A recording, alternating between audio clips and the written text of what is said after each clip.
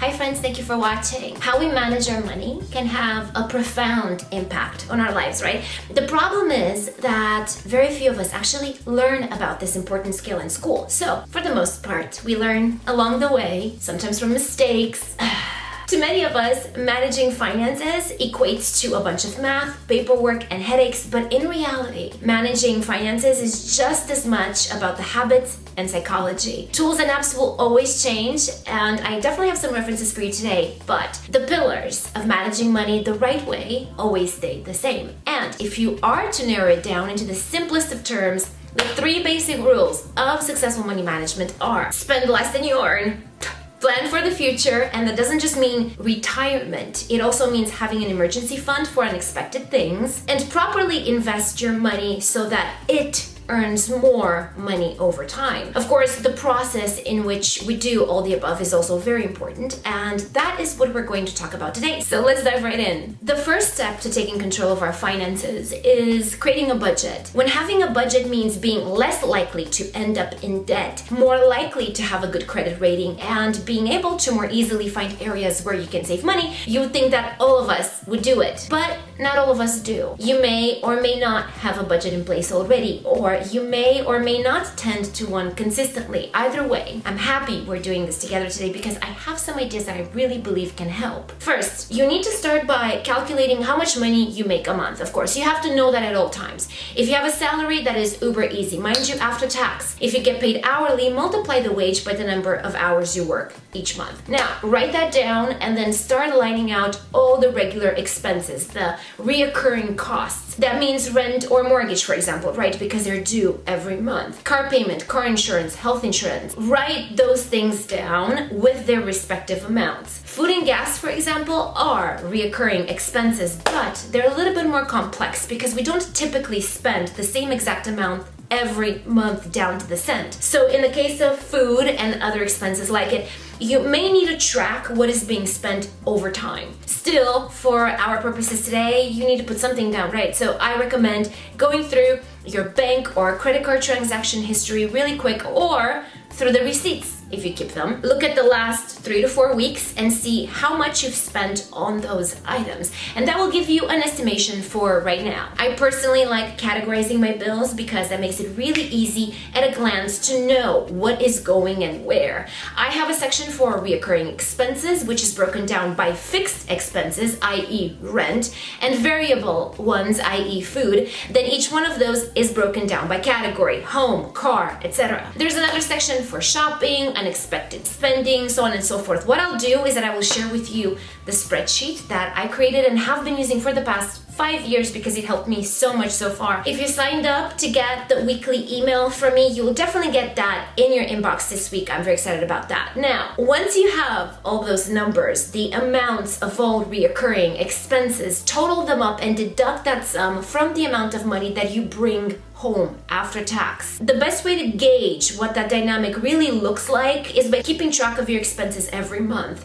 After 2-3 months, you will really start seeing more patterns, which is what you need to see in order to do the proper money management. Till then, however, this initial estimate will do. The amount you spend every month should be lower than the amount you earn. If it's not, start going over your list and see what can be cut out. Cut without remorse. For some, the cuts could be as easy as, I don't need to spend $15 at Starbucks every day. If I cut that down to only 2 days out of 5 a week, I'll have an extra $180 a month. For others, some important decisions may be needed, like, is the home or city you live in too expensive for right now? I recommend you have a plan in place to religiously track your expenses.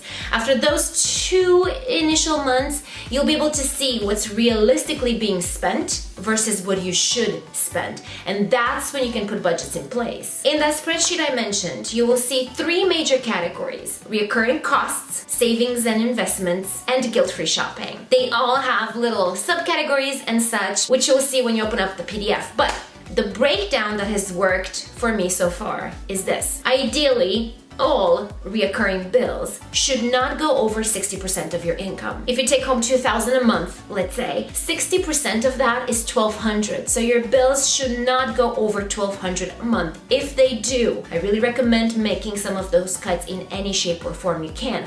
Trim some of the fat today, go to bed at night, then wake up tomorrow fresh, look at it with fresh eyes, and trim some more again. Next, for the savings and investments. To me, they're under the same umbrella, but they are two separate things because savings should be set aside for travel, or if nothing else, having money for rainy days or emergency funds, while investments are things like 401ks and IRAs. I personally like to put 10% of my monthly income toward both. So if you're making $2,000 a month, make sure $200 of that goes toward savings and another $200 into an account that rewards you for having money in it. Ideally, have the money automatically transferred every month. I have a compulsive shopping problem, so I know that if money is just ooh la la sitting there, I have the tendency to spend it. So I have it automatically transferred into other accounts. This way I do not touch that money. So I budget 60% for bills, 20% between savings and investing, and the other 20% is guilt-free shopping, going out, eating, trying to enjoy life a little. If I happen to not spend that budget, which happens ever so rarely, I put what's left into savings. If I follow these guidelines, there's order, there's clarity. I don't feel restricted. Quite the opposite, actually. I indulge while still creating a safety net and a future for myself. So you can adapt these percentages and amounts to fit your life, but remember that savings and ideally investing should be included in your management. In the description, I will link a video I did about various ways you can save money. There's also a private email I wrote in addition to that video, which you can access right now from the welcome email you got from me when you signed up, or if you sign up, you'll get it there. And you know, I've been learning even more clever ways to save and plan on making a second video at some point this year. Definitely subscribe to my channel if you haven't already. I would love for you to see it and just be part of this family. Now, there is no shortage of personal finance tools to help you manage your budget, and I've listed several for you in the description box below. Some are free, some have small monthly fees.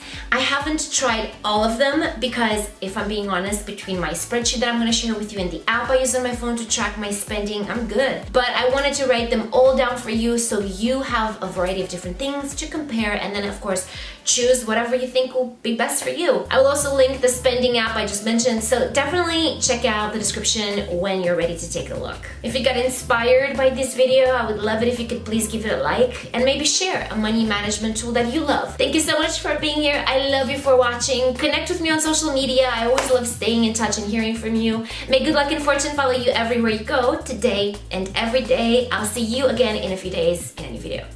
Bye!